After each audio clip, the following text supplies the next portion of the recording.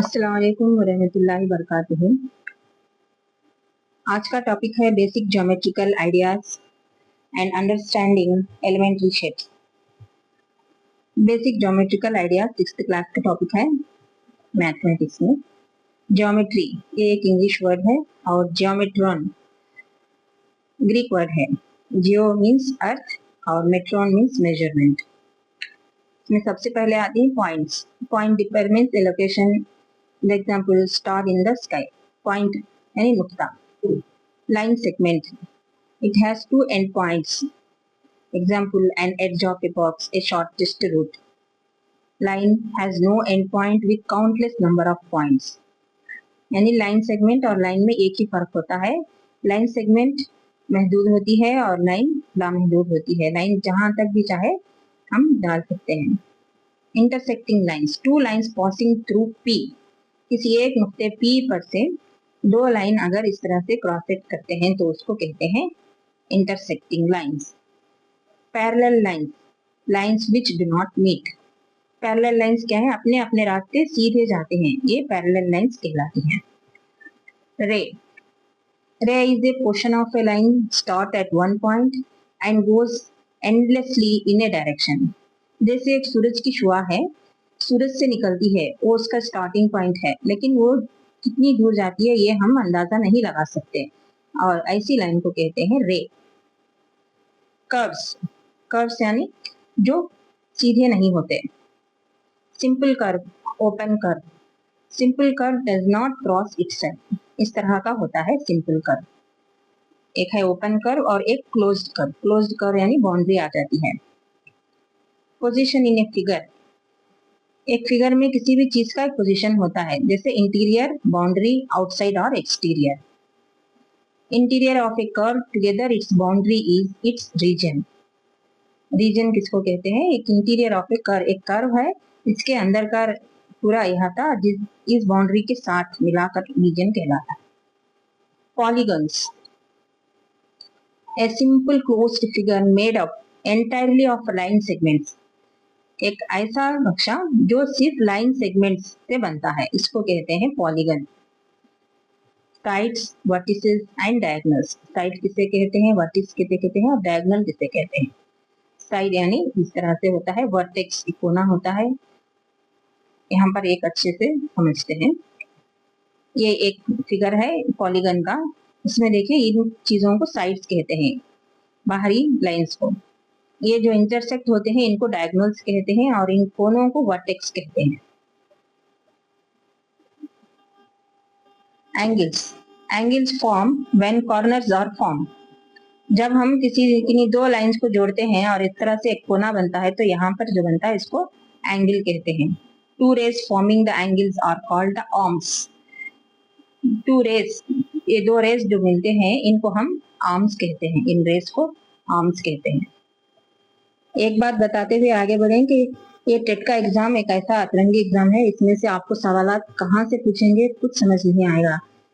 कुछ हम 10 पॉइंट्स को अनइम्पोर्टेंट समझकर छोड़ देते हैं, उन्हीं पॉइंट्स को लेकर वहां पर एक हमको सवाल मिल जाता है। इसलिए जरूरी है कि हर एक पॉइंट को हम समझ कर पढ़े, याद रखें। अब आगे आता है understanding elementary shapes. Length, the measurement of each line segment is a unique number. Comparison by observation, tracing using ruler and divider. Length यानी लंबाई, लंबाई को क्या करते हैं हम नापते हैं, ऑब्जर्व करते हैं, छोटा है बड़ा है, स्केल की मदद से या टेप की मदद से। Angle, right and straight angle. Right angle क्या है और स्ट्राइट एंगल क्या है? राइट एंगल मानी 90 डिग्रीज, एल शेप होता है और इसके एंगल होती है 90 डिग्रीज। ये होता है 1/4 रेवोल्यूशन। एक रेवोल्यूशन से क्लॉकवाइज डायरेक्शन में ईस्ट को पहुंचता है। कोई चीज अगर हम रखते हैं और इसको एक बार रेवोल्यूशन देते हैं तो वो ईस्ट के डायरेक्शन में आता है, east direction. Straight line, another right angle, एक और राइट एंगल हम घुमाते हैं उसको तो वो आता है साउथ की तरफ। NS is a straight angle. NS is a straight angle. North to south is a straight angle 180 degrees. It is called half revolution. 1/4 revolution right angle है हाफ रेवोल्यूशन स्ट्राइट एंगल है। ये 2 points याद रखें। 4 right angles takes you to the original position. 4 बार right angle में किसी चीज को घुमाने पर हम जहां से निकले थे वहीं पर पहुंच जाते हैं और उसको कहते हैं complete angle. 1 revolution is 1 complete angle और इसका मेजरमेंट है 360 डिग्रीज। अभी आते हैं acute, obtuse and reflex angles. An angle smaller than right angle यानी 90 डिग्री से कम है इस तरह से, तो वो क्या है, acute एंगल है। और ग्रेटर देन राइट एंगल है तो वो ऑब्ट्यूस एंगल है। Reflex angle is larger than A straight angle. ये रही स्ट्राइट एंगल। अगर इसको हम स्ट्राइट एंगल, ये नॉर्थ है, ये साउथ है और इसके एंगल कितनी है, 180 डिग्रीज है। तो किसी चीज को हम यहाँ से इस पोजीशन से इस तरह से लाएं, इज मोर देन 180 डिग्रीज है तो उसको कहते हैं reflex angle. Reflex angle. 1 complete revolution is 360 degrees. Perpendicular lines. Perpendicular lines इस तरह से डिनोट करते हैं। A B is perpendicular to C D और इसके एंगल है 90 degrees. Classification of triangles. Polygon with least number of sides is called a triangle. Triangle के 3 sides होते हैं। अदर पॉलीगन्स में 4, 5, 6 होते हैं और लीस्ट एक शेप बनने के लिए हमको 3 साइड्स की जरूरत होती है और इसको कहते हैं triangle. Triangles name based on sides. Sides के हिसाब से, उनके मुताबिक ट्रायंगल्स के नेम्स क्या हैं। When all 3 sides are unequal, those are called scalene triangles. 2 equal sides is isosceles triangle. 3 equal sides is equilateral triangle. 3 names हैं, scalene, isosceles and equilateral. Names based on angles.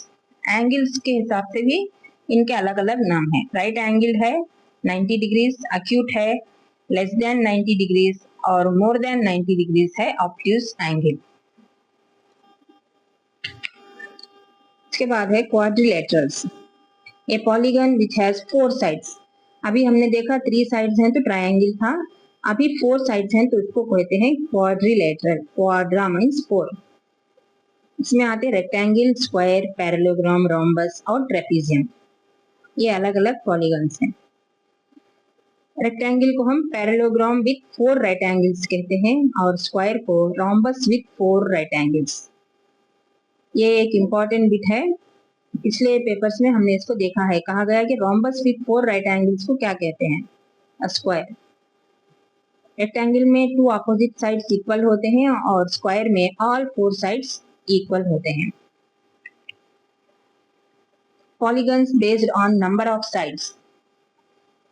3 sides हैं तो triangle, 4 sides 1 2 3 4 हैं तो quadrilateral, 5 1 2 3 4 5 है तो pentagon, 6 1 2 3 4 5 6 हैं तो hexagon. ये बीहाइव शेप भी कहा जाता है। और अगर 8 साइड्स हैं तो उसको ऑक्टागन कहते हैं। 8 साइड्स हैं तो उसको ऑक्टागन कहते हैं। तो ये रहा बेसिक ज्योमेट्री, जो एकदम बेसिक है, हम सब जानते हैं, फिर भी एक बार इसको रिवीजन करना बहुत जरूरी है। आपको हमारे वीडियोस अगर अच्छे लगे हैं तो लाइक करें, शेयर करें, हमारे चैनल को सब्सक्राइब करें, हमको सजेशन जरूर दें। खुदा हाफिज़।